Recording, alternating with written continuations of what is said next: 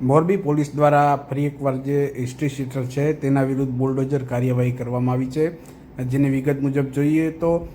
જે રીઢો ગુનેગાર છે અનવર હાજી માલાણી, તેનું ગેરકાયદેસર મકાન જે કાંતિનગર ખાતે હતું તે આ મકાન છે તે તોડી પાડવામાં આવ્યું છે. વધુ વિગતમાં જોઈએ તો આ જે બુટલેગર છે અનવર હાજી માલાણી, તેની પત્ની વિરુદ્ધ પણ 18 જેટલા ગુના નોંધાયેલા છે, તેમજ અનવર વિરુદ્ધ 33 ગુના નોંધાયેલા છે અને તેના પુત્ર વસીમ વિરુદ્ધ 5 જેટલા ગુના નોંધાયેલા છે. ત્યારે આ પ્રકારે જે કુલ આખા પરિવાર વિરુદ્ધ જોવા જઈએ તો 56 જેટલા ગુનાઓ નોંધાયેલા છે અને આ મોટાભાગના ગુનાઓ છે તે પ્રોહિબિશન એક્ટ હેઠળ એટલે કે દારૂ સાથે